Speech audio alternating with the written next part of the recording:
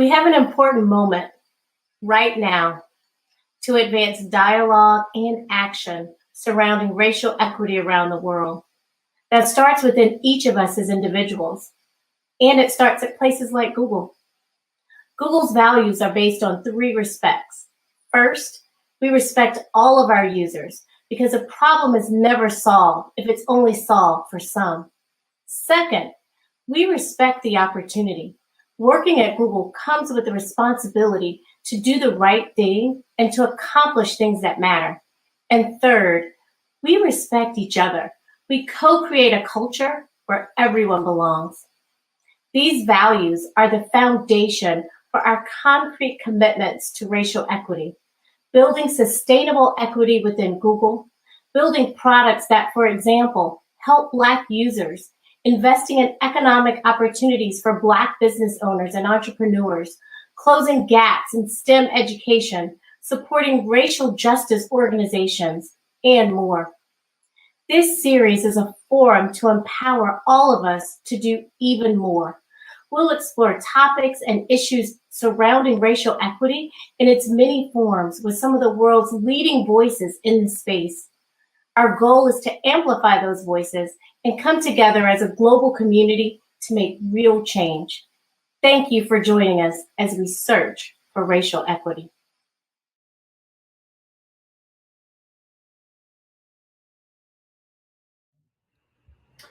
I'm Corey DeBrowa, VP of Global Communications and Public Affairs at Google.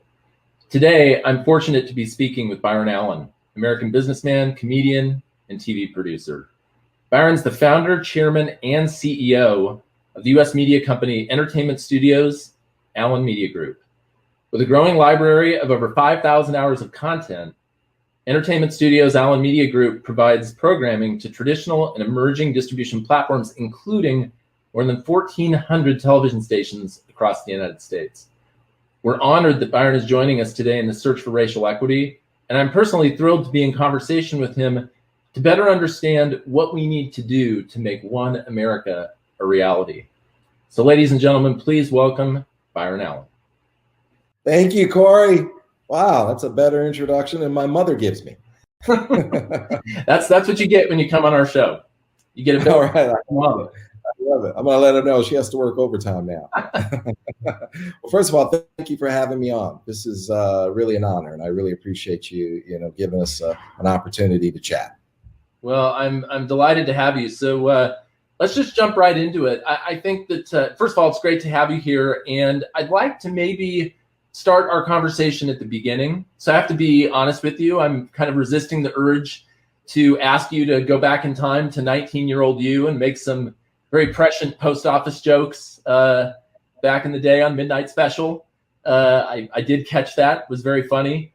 And one of the stories that I've learned about you coming into this is that you were a bit of a prodigy, that as a teenager, you were already earning a living in the entertainment industry in Jimmy Walker's writing room, which included people like a very young David Letterman, kind of fresh to Tinseltown, Jay Leno supposedly living out of his car. This is pretty heady stuff. I certainly wasn't doing any of that as a 14-year-old. I could probably barely tie my shoes. So I'd love to hear a little more about how you came to the entertainment industry and maybe what formative experiences sort of pointed you in that direction. Well, first of all, I'm very blessed. You have to go back to the beginning. My mother got pregnant with me when she was 16 years old. And she had me 17 days after her 17th birthday. I always tell everybody I have 2 high school diplomas because I've gone across the stage twice.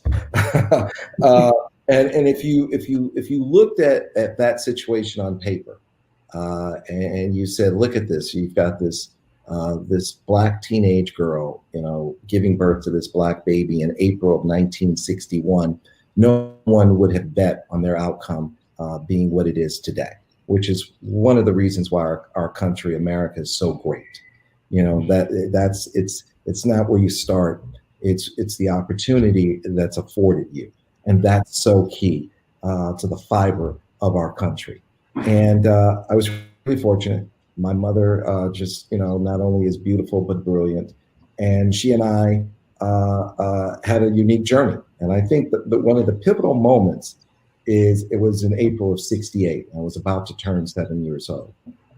I was in the middle of the street playing what I call urban baseball, and using a hubcap as my home plate, and my neighbor's cars as first, second, and third base. And all of a sudden, my mother and my grandmother started screaming on the porch. They were just unbelievably out of control and just pain, screaming. They killed Martin. They killed Martin. They killed my Martin Luther King Jr. And the next thing I know, I was looking down the barrel of a tank, and the military had taken over my neighborhood, and troops were walking on the lawns with rifles and bayonets and German Shepherd dogs. And, you know, when you look down the barrel of a tank, you never forget it. And they were very clear: get off the streets and get in the house. And I remember running into the house as fast as I could. And I was like, what is going on? And they were like, they killed Martin Luther King. And I said, why? And they said, because they hate us. They hate us, and they rather kill us than, you know, give us civil rights and to treat us fairly. And I just remember the conversation. It was very painful.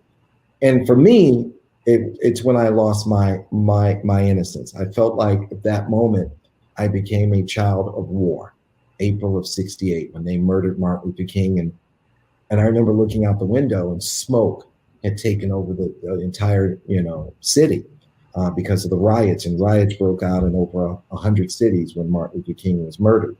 Mm-hmm. And I knew then things were very different. And I felt like, you know, we were at war. We were literally, you know, looking out the window, and there are troops, and there's the community burning up, and a lot of pain and a lot of anger. A turning point for my mother and I, we came to Los Angeles for a 2-week vacation. And I remember going to the movie theater, and I was sitting there. I was probably 7 years old, and they had a movie trailer for 101 Dalmatians from the Disney company. And I came home, and my mother said, well, do you want to go back to Detroit and leave Los Angeles? And I said, no. And she never asked me why. But if she had asked me why, I would have told her, because I didn't want to miss 101 Dalmatians coming to the theater down the street.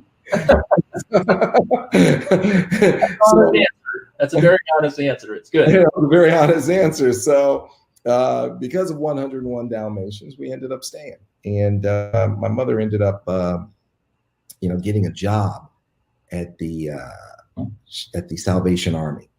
And I would go to work with her. And I watched her, I said, what's going on here? She says, these are families that are not doing well. And, my mother and I at the time weren't even doing that well. We were sleeping on the sofas and the floors of a lot of good friends and neighbors and relatives. And that went on for a couple of years. But I remember being with her at the Salvation Army and watching them give out money and give out assistance and food and help them find shelter. And then she ended up saying, hey, I'm going to go back to school. I'm going to go to college. That was the pivotal moment. I didn't even know what that meant. I'm going to go to college. Like, you're out of high school. You're free. Keep going. Right. Free. Right, you go, run. And you don't have to touch another book. And she ended up going to UCLA. And she ended up getting her master's degree in cinema TV production. And education is everything. Education is everything. It took our lives to another parallel. And little did I know, hey, I'm going to go back to school, what that meant.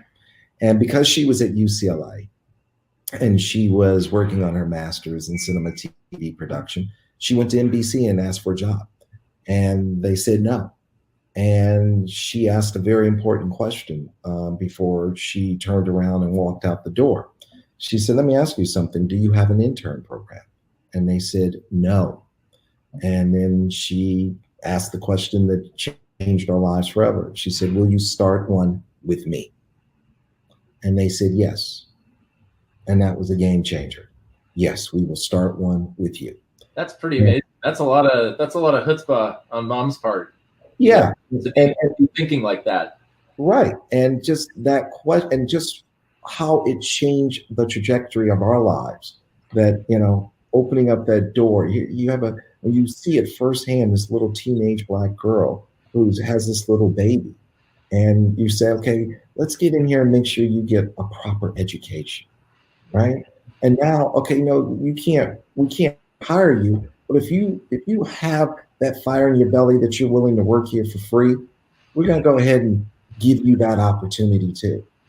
And she started there as an intern, and she was a tour guide as well, and she gave tours, and then later went on to the publicity department, working in publicity on shows like Little House on the Prairie and Sanford and Son and Cheek on the Man, and I used to go. So I went out there with her because we could not afford childcare, and I used to wait for my mother to get off work, and I would just go from studio to studio to studio, and that exposure helped me see myself differently, because I was, up until that point, I couldn't wait to go to Ford Motor Company with my daddy, who worked there for over 30 years. And I couldn't wait to go to Great Lakes Steel with my granddad, who worked there for over 30 years. I couldn't wait to get a uniform and a lunch pail, and we could drive to the factory together. And so when I went there with my mom, I saw a different factory. It was a content factory, because I would go watch Johnny Carson tape The Tonight Show. And then I go across the hall and I watch Red Fox do Sanford and Son. Then I go across the hall again, I watch Jack Albertson and Freddie Prinze do Cheek on the Man. And then I would go watch Flip Wilson do his show and Bob Hope do his specials. And I would watch a young local newscaster do sports named Brian Gumbel, and a young local weatherman give the weather named Pat Sajak. And I thought, this is a great way to go through life, making people laugh, entertaining people, informing people, because I was watching them do talk shows, sitcoms, game shows, soap operas, news, whatever it was. And I just thought, this is phenomenal. And I thought, this is what I'm going to do with my life. I'm going to make people laugh.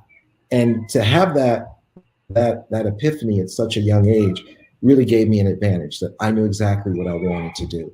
And I started performing at the Comedy Store. I started performing when I was about 12, 13 years old. So, I'll never forget, Gladys Knight and the Pips had a summer show. And I think it was either summer of 74 or 75.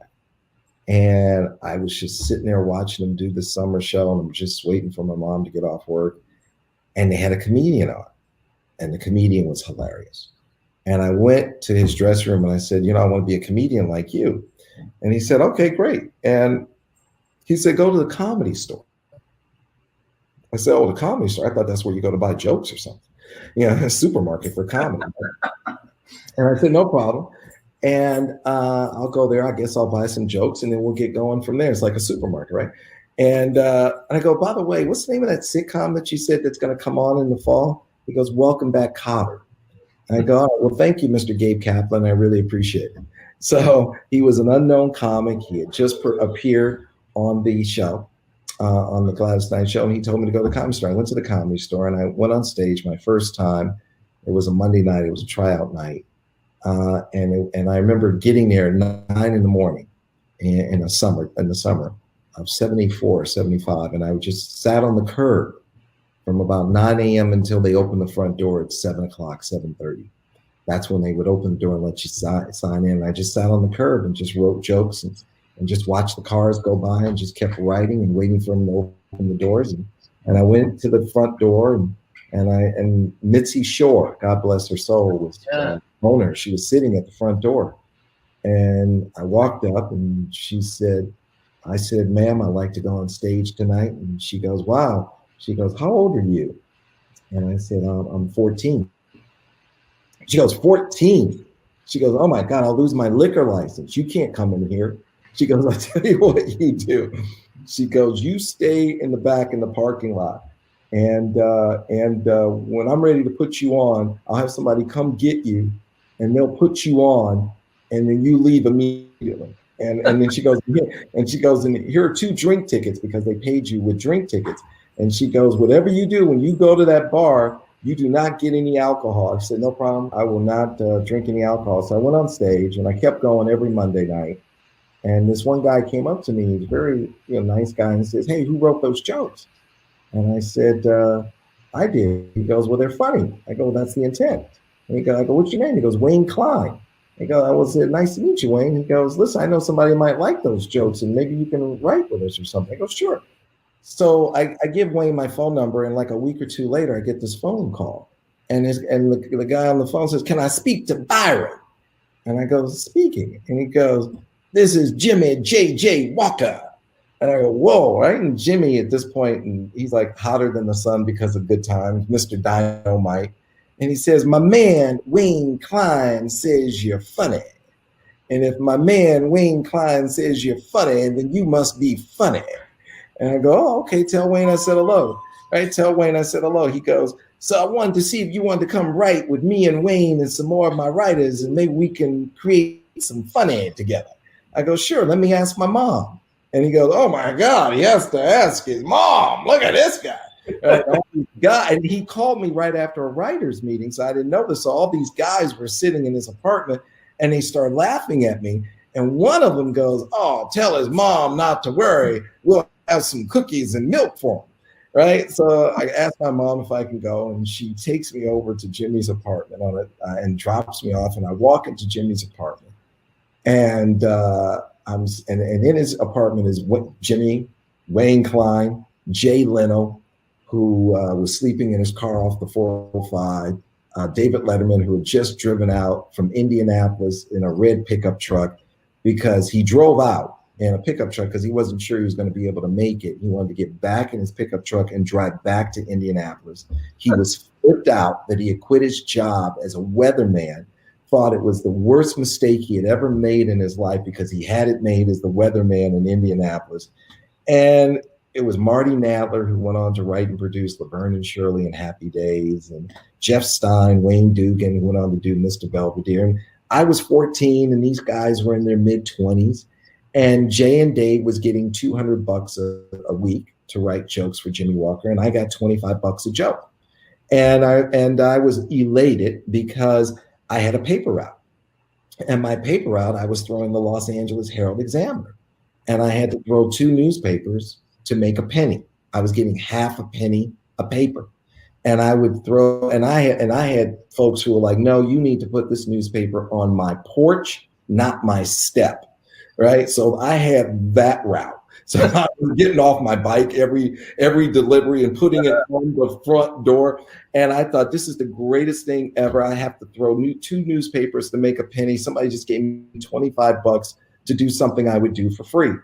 And to this day, I have that check for $25 framed and hanging in my office because I went to my mom and I said, what is this? Jimmy gave me a check for 20. What is this? And my mom said, it's a check. I go, what am I supposed to do with this? She says, well, you're going to go cash it, and then you're going to get $25. I go, cash it where? She goes, at a bank. I go, really? Why? And I said, I don't want to cash it. I want to keep this check forever. I don't want the money. Look, this says that I can make it. And she said, just go to Jimmy and ask him to give you the check after he gets it back. And I went and asked him one day after a writer's meeting, he gave it back to me. And it's still framed and hanging in my office. That check for $25, and the other one was Bud Friedman, who started the Improv. He came to me one day and he says, what do you do on New Year's Eve? I was 16 or 17 years old. And I go, what do you think I'm doing New Year's Eve? I'm like, I'm 16, buddy. 17. He goes, I want you to perform New Year's Eve at the Improv. I go, okay, great. I don't have anything to do. So I go and I perform New Year's Eve at the Improv. And like a month later, he walked up to me and handed me an envelope. And I go, what is this? And I opened it up, and it was a check for $25 to perform. And I was like, wow. I'm like, I'm literally prepared to do this for free for the rest of my life. Write for free, perform for free. Thank you for the $25. And both checks to this day hang in my office. The first $25 for writing a joke, and the first $25 for performing and being paid in front of a live audience. So it's extraordinary, Byron, to hear you talk about this, because you make it sound like it's so intuitive as a teenager to like just write some jokes that people might use on national TV, or hey, I can just get up. Anybody I've ever known who's done stand-up describes it as a terrifying high wire act. And you're not making it sound that way at all. And I just like, there's something about being born to the task here that strikes me about the stories that you're telling, because this is not a lot of people are having this experience in their teenage years. They're just trying to figure out how to get to the next class or how to get out of school or whatever it is they're thinking about. Enjoy the journey, enjoy the process, you know. And I would read about all these great comedians, and they would be at the top of their game. And all of them, almost without exception, said, I enjoyed it more trying to get there than once I got there. Because when they got there, it was a whole nother skill set that was needed. Mm-hmm. And along the way, it was just pure creativity and pure love of what you do. And I was just really fortunate. Just enjoy the journey. And I was, you know, I never had stage fright ever. I was in shock when I read, like, Elvis Presley used to get upset and get nervous before he went on stage. Like, this is one of the world's greatest entertainers. I look forward to it, you know, just being on stage, you know, early on. It's just like being with an audience. It's just, for me, it's like being with a friend. You just be honest, be open, be transparent. And I was so fortunate, the things I saw, you know, like I watched Richard Pryor come to the Comedy Store. And it was such an unbelievable event in my life to watch him show up. And he had these albums that he had done, Richard Pryor, Is It Something I Said, and blah, blah, blah.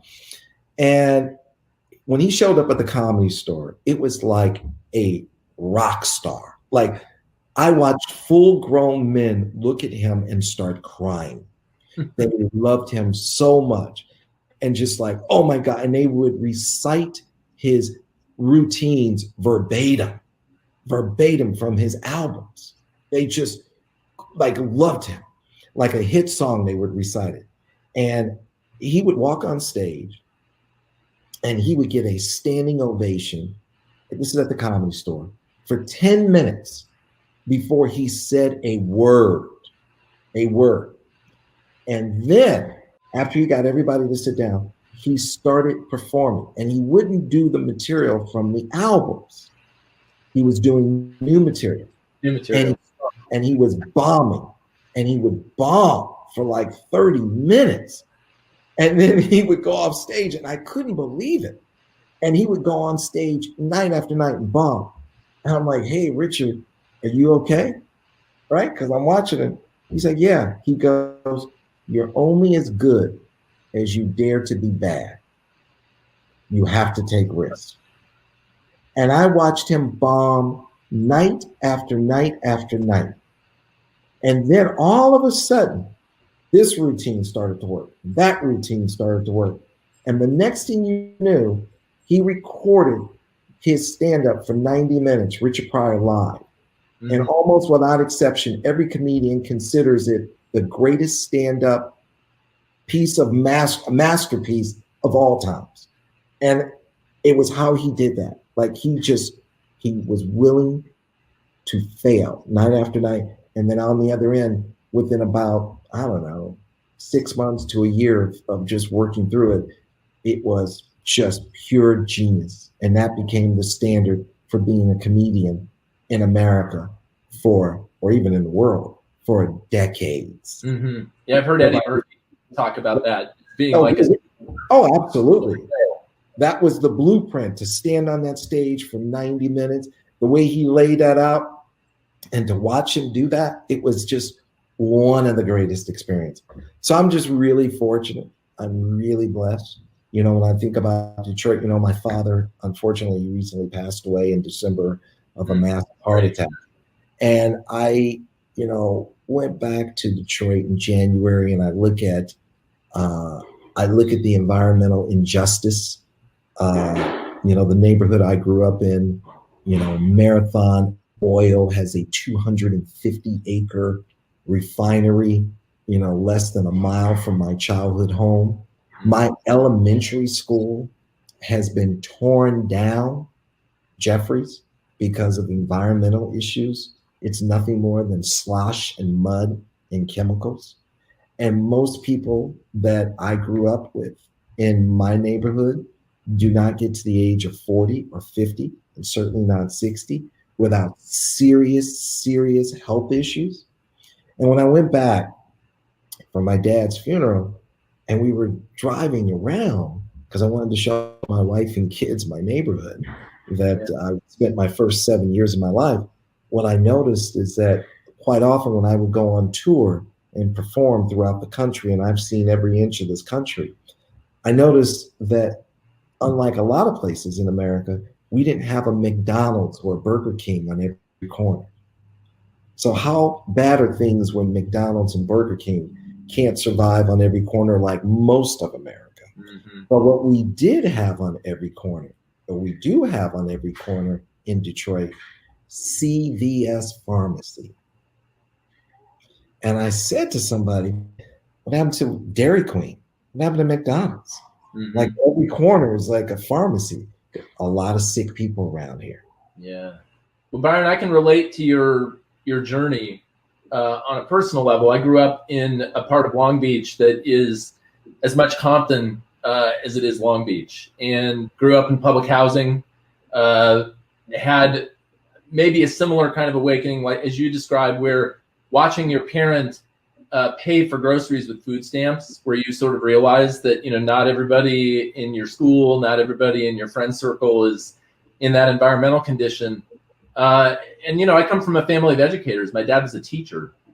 And so thinking about the kind of justice issues that you're touching upon now, economic justice, racial justice, environmental justice, Long Beach, California, as you know, as being in Southern California, it's dotted with all kinds of petroleum paraphernalia, right? I mean, half that city are, oil pumps. And, you do get a sense, as you described, that, people in your neighborhood growing up like that are having a profoundly different experience than the rest of America. It is sort of this idea that you touch upon in your op-ed of Two Americas, and I wonder, just to turn this into a question, how did those kinds of experiences affect your comedy, your writing, the things that you were bringing that were uniquely you to this endeavor that you had? I would have to think that those things are very intertwined with one another. You can't touch the real Byron Allen without having exposure to some of that kind of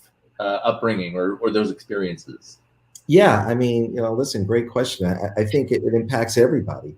It impacts us as a nation when you see that environmental injustice. But at the time when you're born and you're raised in it, you don't realize what's going on.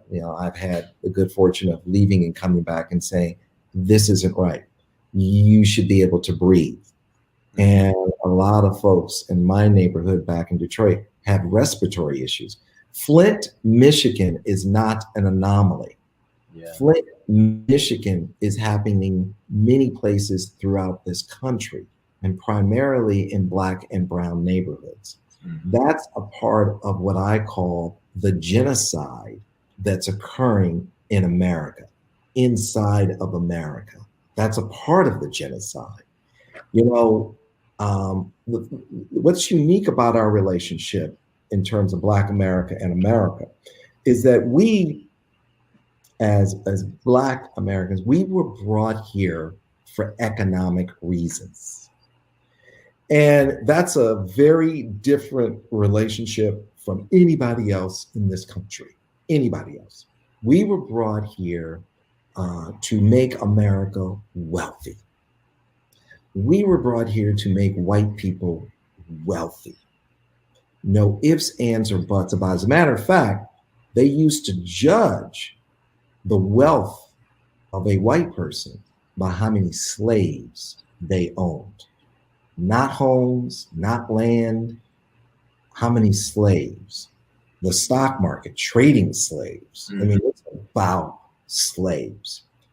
And when we were enslaved, we were an asset, major assets. And the moment we were emancipated, the moment we were freed, we went from being an asset to a liability in America's minds. Mm-hmm. A liability. So now I brought you here to make me rich. But now that you've been emancipated, you are competition. Mm-hmm. and you are asking for a slice of the great American economic pie. Yep. And now you are a liability. And that is the moment they said, we must murder you. We must lynch you. We must incarcerate you. We must blow up and burn down your towns, because we didn't bring you here to share this great economic pie. And that's when the genocide started. And what people forget, we have the Civil Rights Act of 1866, Section 1981. Yep. Black America was prosperous right after the end of slavery. We were elected officials. Our towns were flourishing, Black Wall Street. And it was that created rage, that success, that progress, that prosperity created rage in certain white people who said, we are now going to introduce Jim Crow, and we're going to shut you down. Now, we are the only ones where it has been systematically put in place to eliminate us and commit genocide on a regular basis. And when you saw what happened to George Floyd, yep, that was one aspect of it. That's the way it's been since day one. Mm-hmm. And Coretta Scott King was a friend of mine, and because she said to me, Byron, look, as Black people, we've had 4 major challenges. Number 1, end slavery. Number 2, end Jim Crow, which I think was more damaging than slavery, because that's when the genocide kicked in. She said, number 3, achieve civil rights. And then she choked up. And number 4, the real reason they killed my Martin, achieve economic inclusion. Mm-hmm. Because what people don't really think a lot about sometimes is that people think, well, Martin Luther King was killed because he was pushing for civil rights. Well, April of '68, he had already pretty much achieved that. They killed him because he was now starting to do the Poor People's March, and he was starting to speak out on behalf of mainly poor white people. That's right. And he was going to deliver 500,000 poor people, mainly poor white people, to the nation's capital, the Poor People's March, to say, hey, we can't have a scenario where we don't have a bottom, where people can be homeless, people don't have health care, people don't have access to an education, blah, blah, blah. They killed him right there because he was now uniting the poor voices of America. And that is the 4th and final chapter. And that's what Martin Luther King taught us over 50 years ago, that there are 2 Americas, and 2 Americas will not survive. We must have 1 America. We have 2 Americas. 1 America has access to opportunity and privilege, and the other one does not. And you can't have an America that doesn't have access to a proper education, healthcare, jobs, opportunity, mentorship, and 2 Americas will fail. And we're now watching the 2 Americas fail. Mm-hmm. And we, as Americans today, must dedicate ourselves to achieving 1 America. And the one thing I would say that's different today than it was over 50 years ago, when the great Martin Luther King Jr. gave us this prophecy, was that white America was enough at that time to compete. But today, white America is not enough to compete globally. Mm-hmm. And that's something that white America needs to really think about, really pause, and really understand that white America is no longer enough to compete globally. So what does that mean? Well, 50 years ago, you didn't have emerging nations. You didn't have these other nations coming along. But today, you have half the women in this country, half, living at or below the poverty line. And if the women fail, if the mothers fail, so will the children. Okay? So that math doesn't work where you have half the women, right? Now, you have a big issue. Here's the issue. America, we're only about 4% of global population out of almost 8 billion people. 4%. Right. So now you've got countries like China, who has over 40 million kids in college. Yes. Mastering STEM, science, technology, engineering, and mathematics. Well, we're not developing as a nation enough intellectual capital to compete and maintain our market share and our status. And I say to white America, as we slip because we're not investing in our people, white America has the most to lose because white America has 99.9% of the wealth. That's right. Well, you're in an interesting position, Byron, as a Black founder. I'll just make two observations, and then I'd love for you to talk about this. I mean, there are so few people in entertainment that I see making the successful transition. You talked before about skill sets. You sort of accelerate and like, hey, I need a different skill set to do this thing.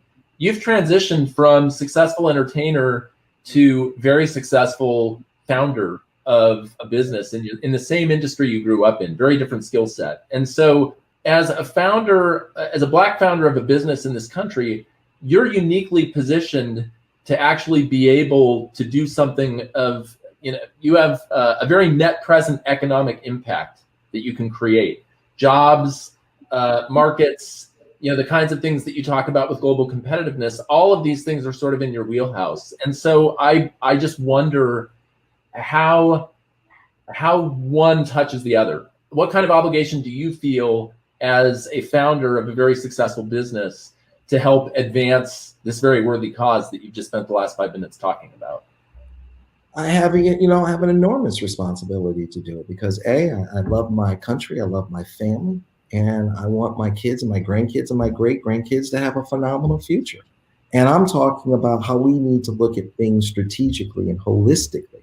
Mm-hmm. And that's why I'm saying to all Americans, especially white America, lean in, because this isn't about saving us Black people.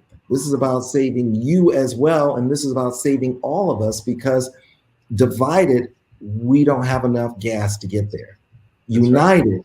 We can maintain our dominance and our global market share. That you have to be united.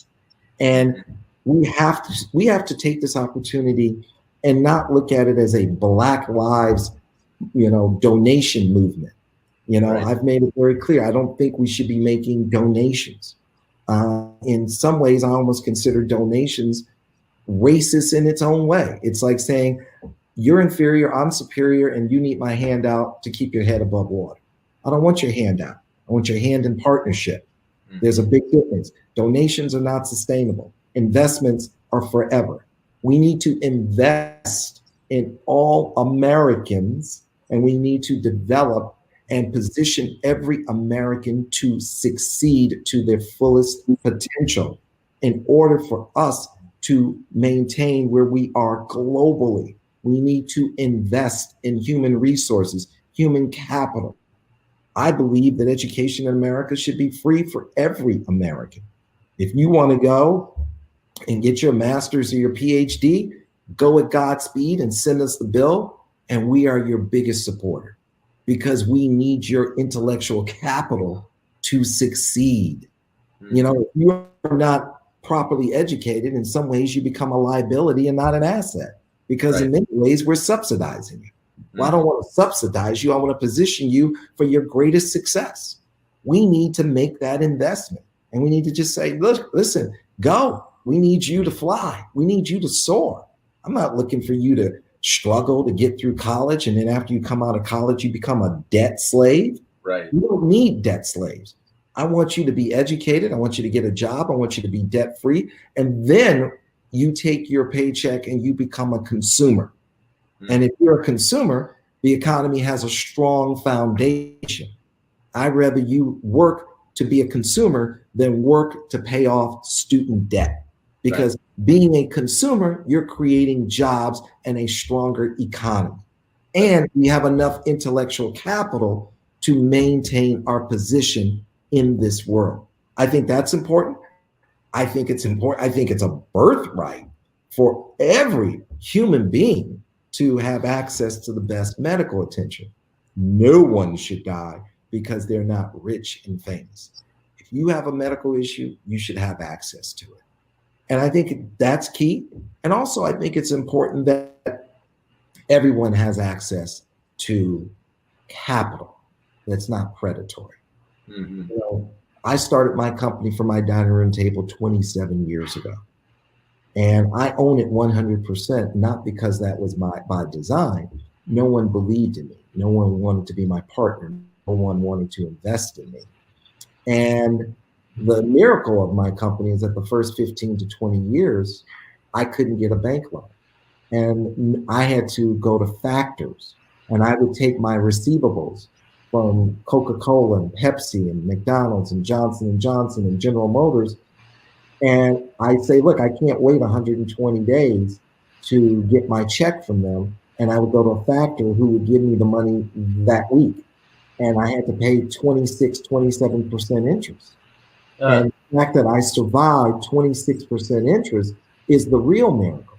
But the real crime was that wasn't capital I had available to me to provide more jobs in the community. That's right. And I say, if you go audit these banks, you will see that these banks do not make loans to Black people. So what they do is they say, well, we have a great minority record. Well, then they went in and they redefined the word minority. And now minority happens to also be white women. So when they make loans to white women, they say, look at our minority record. It's amazing. And that's great. Make all the loans you want to white women, but don't use that as a shield to cover up the fact you're not making home loans, car loans, student loans, business loans to Black people. And if you actually lend money to people of color, then it changes the game. Now you're able to buy a home. You're able to refinance that home, send your college. You're able to get a student loan. You're able to have a business and employ people in your community because small businesses are the largest employers. We need to really hold the financial institutions accountable to make sure that the flow of capital is balanced, because the greatest trade deficit in America is the trade deficit between corporate America and Black America. Corporate America is not doing business with Black America. And corporate America has never done business with Black America, which is why you see that wealth disparity. It's not hard to figure out. It's not brain surgery. People know what's going on.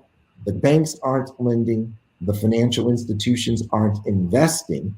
And corporate America isn't doing business with us in a fair and equitable way.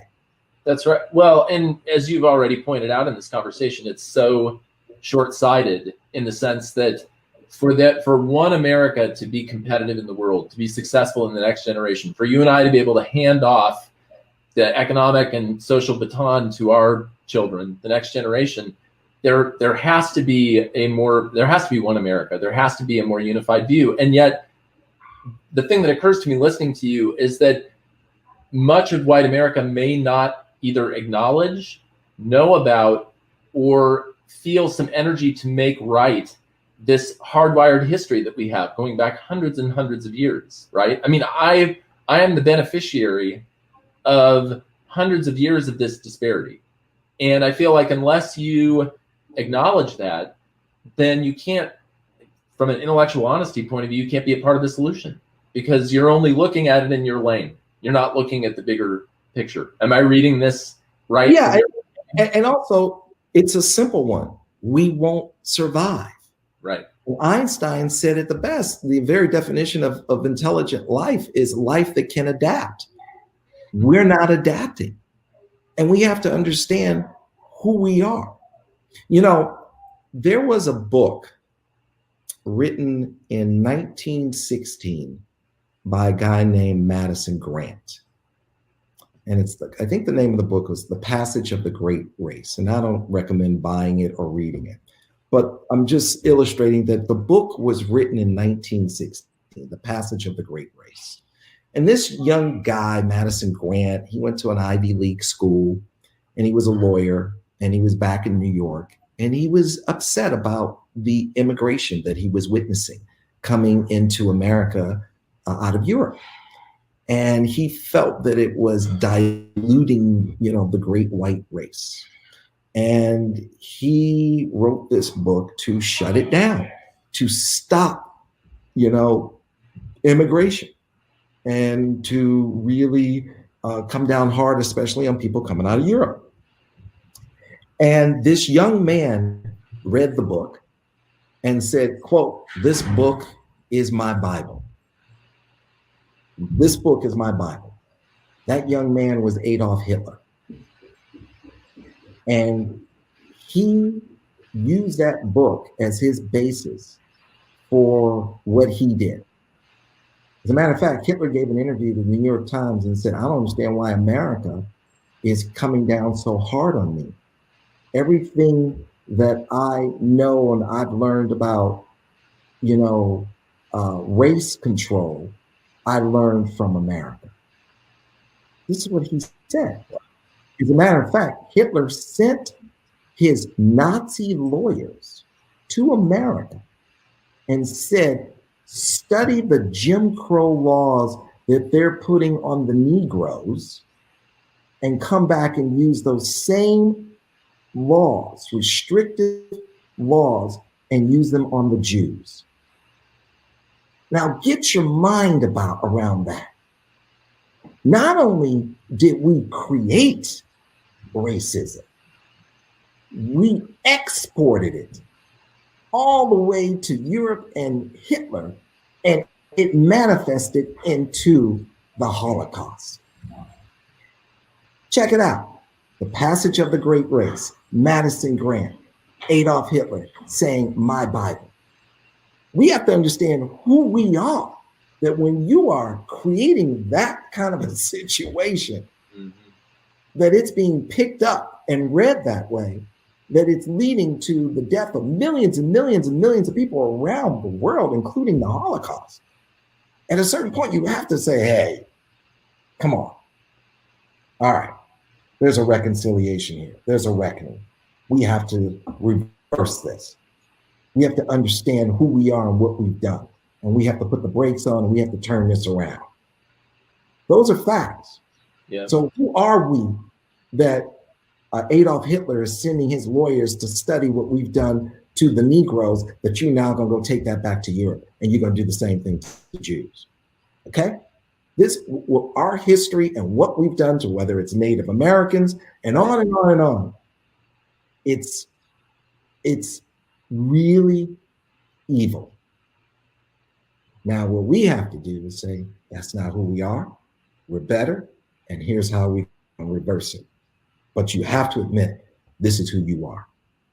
That's what it starts with that. And I guess this leads me, I mean, look, 2020, it's going to go down in history for lots of different reasons, whether it's the global health crisis, whether it's the racial pandemic that was hand in hand with all of that, whether it's the economic divot that this has sort of put in the world's output and activity as a consequence. I mean, there's so much that you've just said to unpack, but the one thing that strikes me is that you have to be willing to acknowledge the past and what you've learned from that in order to have any hope that you can create impact in the future. And so, as I was thinking about the murders of George Floyd and Breonna Taylor and so many other names that tragically we now need to know and say as part of that acknowledgement, I just wonder aloud, is this time any different, from your point of view? Do you feel like in 2020, we have a shot at actually doing something sustained, something that demonstrates that we've learned, something that is about paying it forward or doing something different than what we've done in the past? Or do you fear that we will run past this like we have before? I think, if we can let it be a donation movement, I think it will just be a speed bump and you move on. This is an opportunity to really make all of us better, all of us. And this is something that, like I said, we need to make the investment And if we make the investment will pay dividends for hundreds and hundreds of years. Mm-hmm. Absolutely, we need police reform, without question. The chokehold, the chokehold is just a modern day lynching.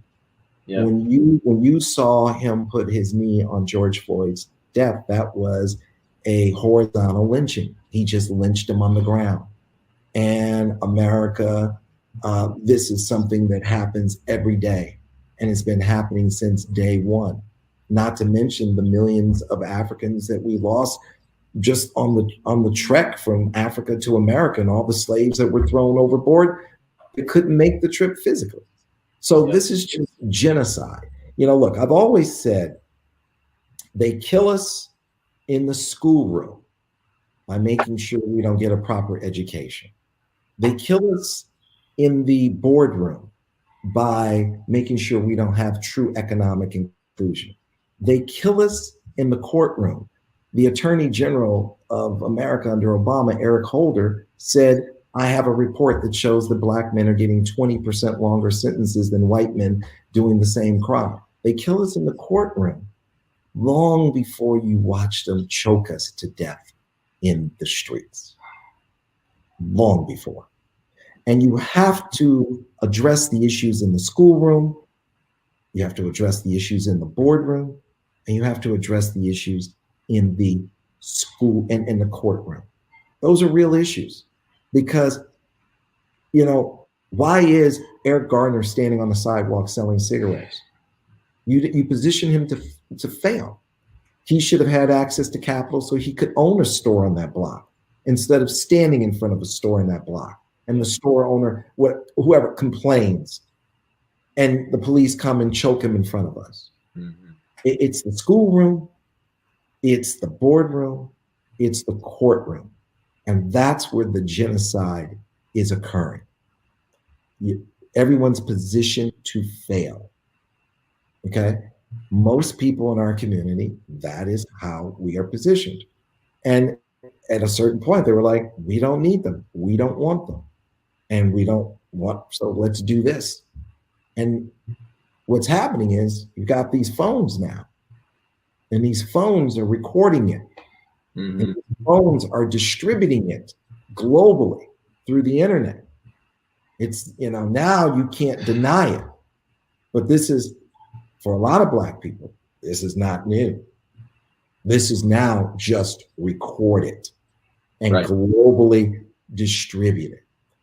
But the genocide won't work anymore because the whole system can implode, and the whole system is imploding, as Dr. Martin Luther King taught us.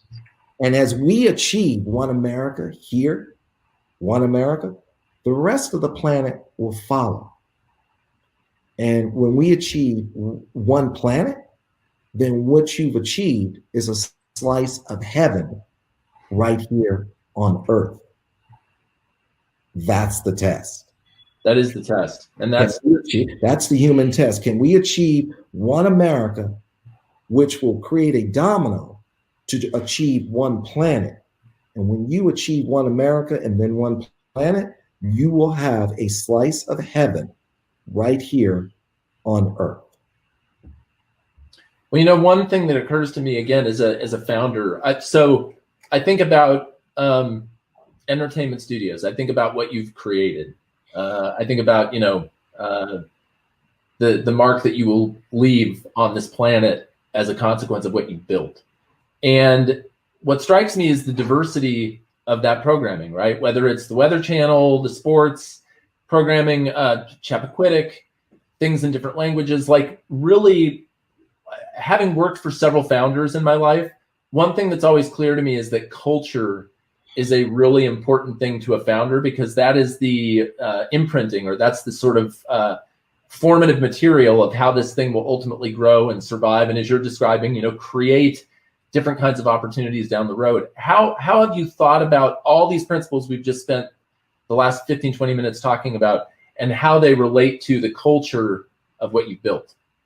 And like what your employees should carry into the world. If your business will perpetuate, they're going to be the ones that take everything they learn from you and that culture and that's what they'll grow from. Take risk and never stop learning. Michael Jordan, as a young comedian, I would go play colleges.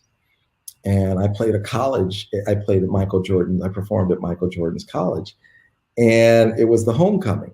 And they had the Four Tops and Paul Anka. And before we started the show, they wanted to say hello to their team. And Michael Jordan and the crowd went ballistic, like 100 times greater than Byron Allen, the Four Tops, and Paul Anka. Like we were a snooze fest for them. And so, I never stopped. I got to meet Michael and got to know him. And Mike came out to LA to shoot a movie called Space Jam. Mm-hmm. And he lived here in LA for the summer. And I hung out with him quite a bit. And we went clubbing, right? And I noticed I was able to see his work ethic. And it was so amazing, because he would shoot his movie. In the morning, he would work out, he'd shoot his movie. At lunch, he'd work out some more. And then at night, after he shot the movie, he played full-on basketball. And I remember asking him, he took out a parking lot at Warner Brothers, and a whole parking lot, and they built him a dome, and it was a basketball arena with a full-on gym while he shot this Space Jam. And I remember asking Michael, I said, what are you doing here? Why are you playing basketball every night? At this point, you're Michael Jordan, you know how to play basketball. And he says, every summer they're studying my moves. That's what they do in the summer. They're studying my moves. Every game I played, every shot I took, everything I did, they're just studying it. And he says, while they're studying my old moves, I'm here developing new moves. So when I show up at the beginning of the season, I'm a new Michael Jordan. Mm-hmm. They know the old Michael Jordan. They're not ready for the new one. And that was the summer he developed the fadeaway, because they were triple teaming him by that point. Mm-hmm. And he taught himself how to go horizontal with the floor and shoot the ball and make the basket. You couldn't defend against it. No. And right. So it was, keep learning more, keep pushing, don't be predictable. So when I come out with a Chappaquiddick or 47 meters down, or I buy the Weather Channel, or I buy ABC, NBC, CBS, Fox affiliates, or I start a streaming service, Local Now, that's an AVOD, and I said, look, you can't be predictable. My competitors don't know. They have no clue. They have zero clue about how I think or what I'm doing. And you have to be multidimensional. You don't want to be one note. And also I felt it was important as an African-American to send a message to other young African-American kids. I want you to see yourself globally. Because a lot of the African-American entrepreneurs didn't, phenomenal, great, whether it's Barry Gordy or John H. Johnson or Bob Johnson or Madam C. Walker, didn't have an opportunity to really be as global as they would have liked to have been. Mm-hmm. And so what I've said is, I don't want you to play just in your neighborhood. I want you to play in the global neighborhood. Yep. So I made it a point when I bought the Weather Channel, that was a game changer, because it's the first time an African-American has owned a mainstream media platform, right? So you have CNN is owned by AT&T. MSNBC is owned by Comcast, NBC Universal. Fox News is owned by News Corp, and I own the Weather Channel. And this has been voted the most trusted news brand for 10 consecutive years in a row by Harris Poll. Mm-hmm. That's important for some young Black kid to see that I own a major news outlet that is the most trusted. And you can do something to make me look like an amateur, and I want you to do that. When, unfortunately, I'm the only African-American to own ABC, NBC, CBS, and Fox affiliates around the country. And that's an important platform because we provide local news, especially as it relates to COVID-19. That's right. As a kid, my mother and my grandmother back in Detroit would put me and my uncle, Terrence, who's really like my brother, used to put us in the car and say, let's go drive and see the rich white neighborhood. Let's go see these beautiful mansions. And my grandmother worked in some of them. and she used to clean them. And she would go, well, that's where the Ford family lives. And it'd be this beautiful, amazing mansion, the Ford family. And this is where the Dodge brothers and all these industrial families. And she said, and that's where Berry Gordy lives. And when I saw Berry Gordy living in this mansion amongst these super wealthy white people, it changed my perspective. It changed how I saw myself. And I said, wow, there's something that I can do that's different. I don't have to live in the neighborhood I'm living in. And when they said he had an indoor bowling alley and an indoor swimming pool, and I thought, an indoor swimming pool? You kidding me? I have to walk 30 minutes to the community center, stand in line, for 30 minutes to jump into a swimming pool with a bunch of pee in it from kids from around the neighborhood. And I thought, no, there's something else I can do here. And I want all kids, especially kids of color, to see me as a beacon and say, you know what, I can go global. And I want you to go global. I don't want you to play just in our small neighborhood. I want you to play globally, because there you have an opportunity to get to billions, if not trillions. Okay. And the internet, especially the internet, affords you that. Yeah. And you need to take full advantage. 100 years ago, it was the Industrial Revolution. And what fueled that was gas and oil. Today, it's the digital revolution. As we chase 4 or 5 billion connected devices, what's fueling that? Content, content, content.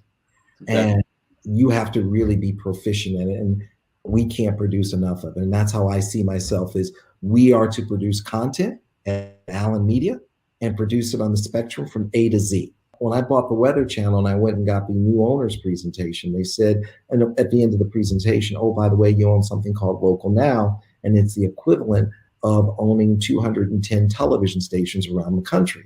And I said, what is it? They said, well, it's proprietary software. It's a technology stack that delivers local news, weather, sports, and traffic geofence to your zip code. Mm-hmm. And they said it's losing 25 million a year, and you're probably going to want to shut it down. They were trying to get $5 a month or $10 a month for it. I said, wow. I said, I don't think you realize what you just said to me. You just said to me, we took the equivalent of broadcast network TV and put it on the internet, where we're providing local news, weather, sports, and traffic geofence to your zip code. That does not exist. I said, not only am I not shutting it down, I'm going to supersize it, and I'm going to make it free.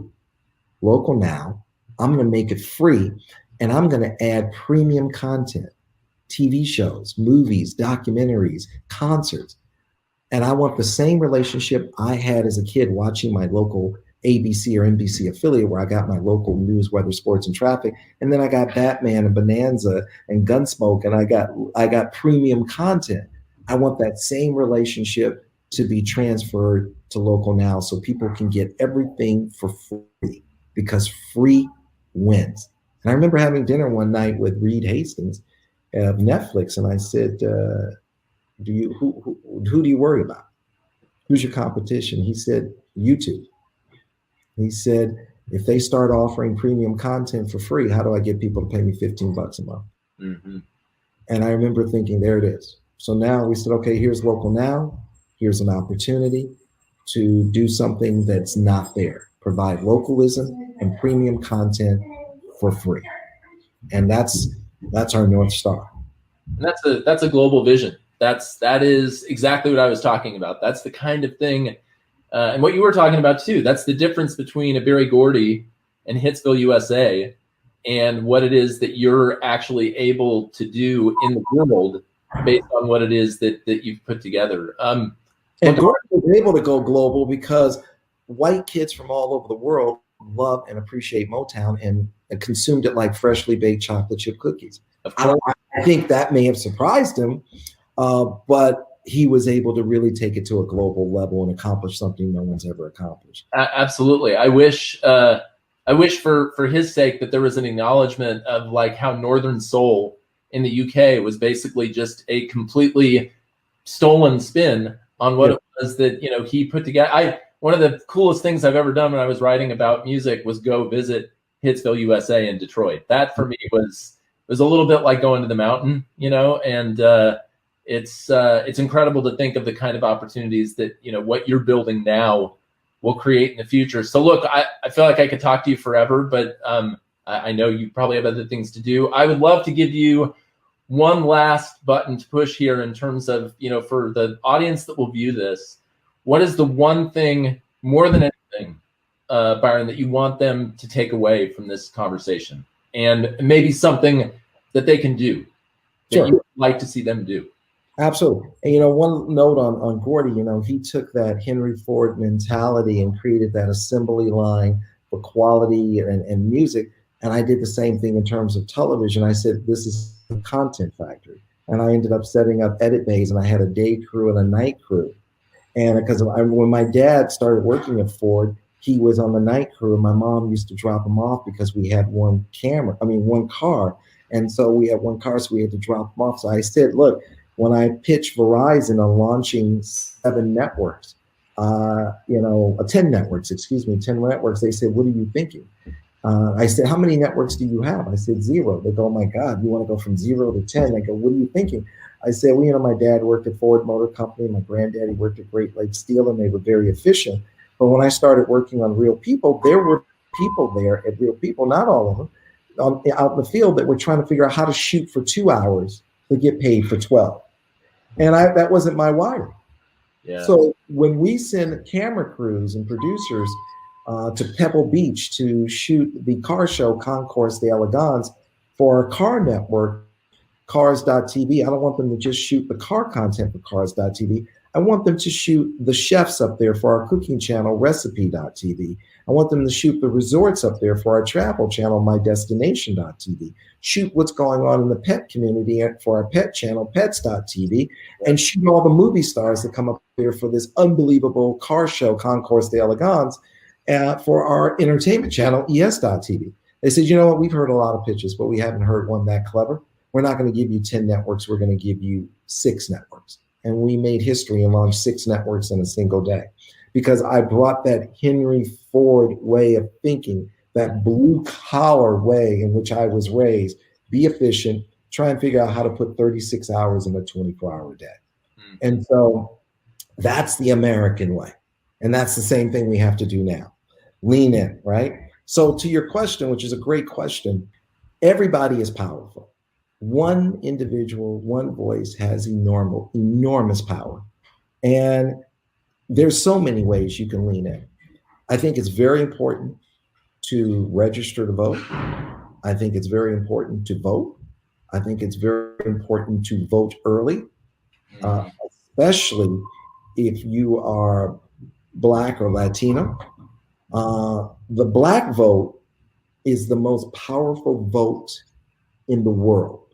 And the reason why the Black vote is the most powerful vote in the world is because quite often the white vote is split 50-50.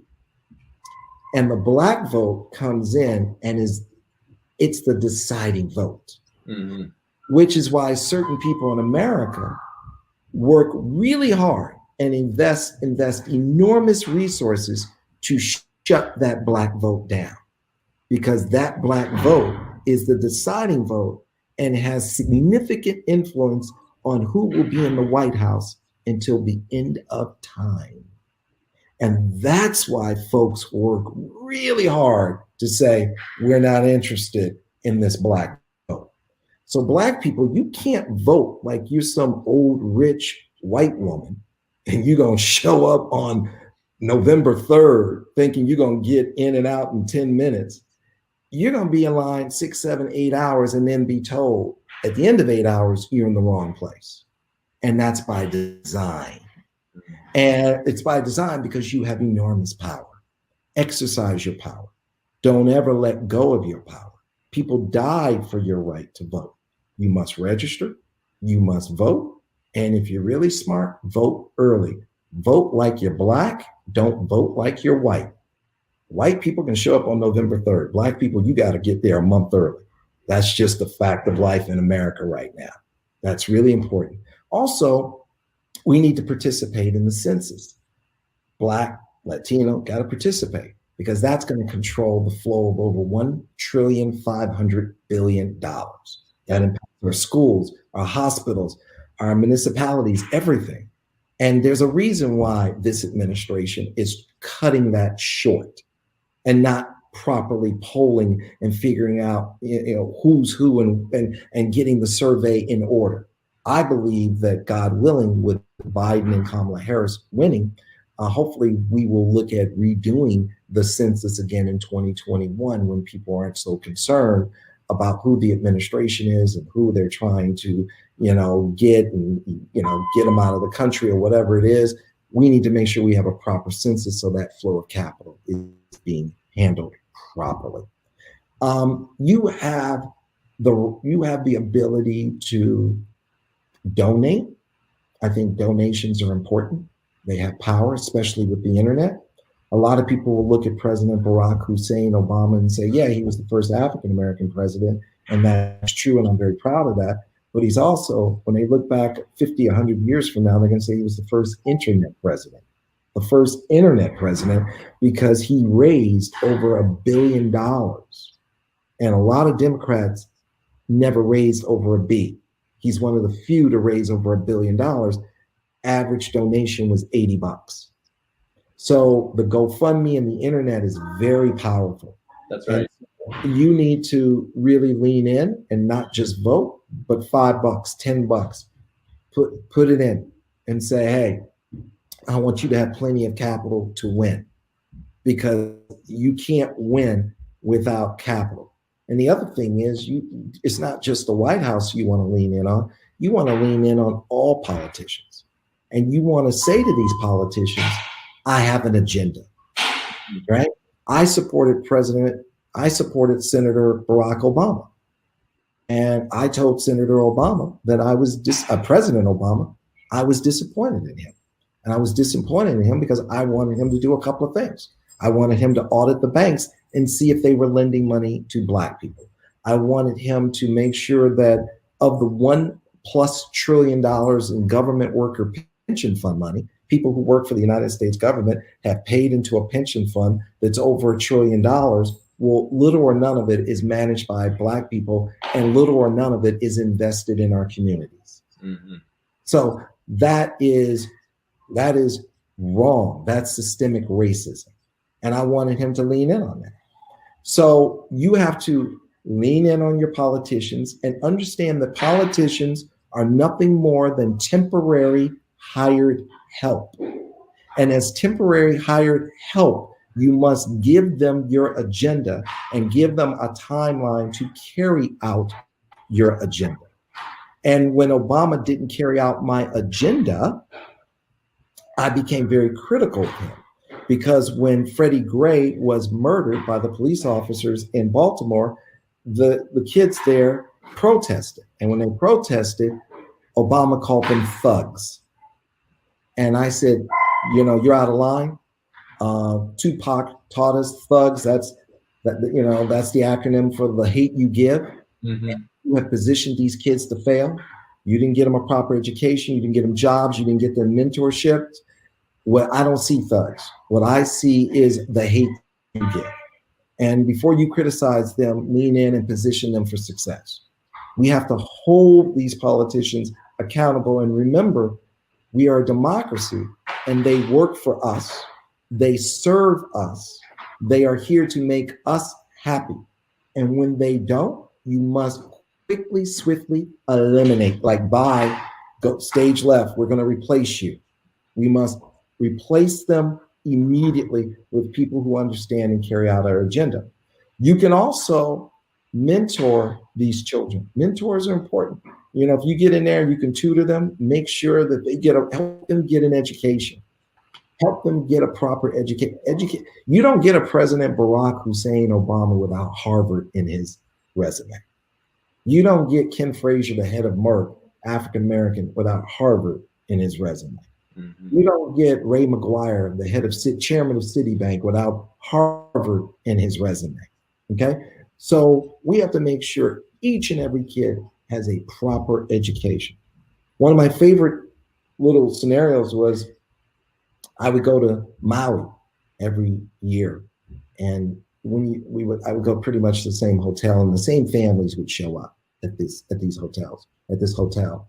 And one year I was, in the cabana, and I was, there, and there's this lady who's always there every year. And I got to speaking to her over the years, and her husband had, markings on his arm because he was a victim of the Holocaust, and he was in a concentration camp. And we started talking about that many years earlier. And one year she said to me, I almost didn't make it back here with you. And I go, why is that? And she said, because I was having heart problems and nobody wanted to operate on this little old Jewish lady. And I go, why? She goes, because I'm too old and they didn't want to open me up. And I go, really? And she goes, yeah. And I go, what happened?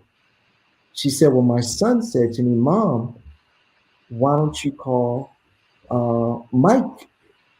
And she goes, little Mikey, who I used to give cookies and milk to? And he goes, yeah, Mom, but he's not so little anymore. He's grown up. And he is the head of cardiology at a major, hospital. And he's one of the greatest heart surgeons ever. She goes, little Mikey? She goes, yeah, Mom, little Mikey. So she calls him up and she's like, hi, little Mikey. I don't want to bother you. This is Mrs. Weissman. I just want to let you know I'm having a problem with my heart. And I'm just kind of, just want to let you know. And he goes, email me and he said, by the way, you're not bothering me. Don't ever worry about it. And I love your cookies and milk when I was growing up. He said, email me your records right away.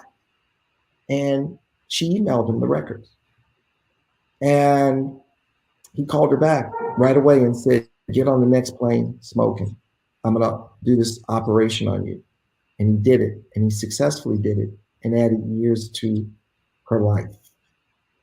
And right there, I had that epiphany. Thank God little Mikey wasn't a crackhead.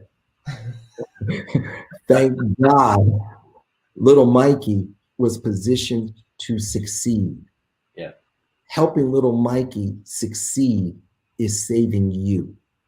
That's right. And that's how we should look at every human being on this planet, especially here in America, because we have a country full of little Mikeys, and every little Mikey and little Jennifer has to succeed because that's the right thing to do. That's making us better as human beings, and it's actually saving you.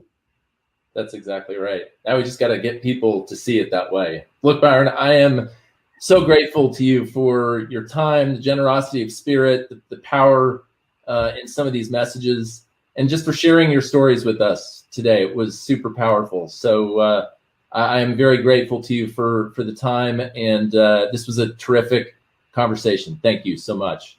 Thank you. I'm Melanie Parker.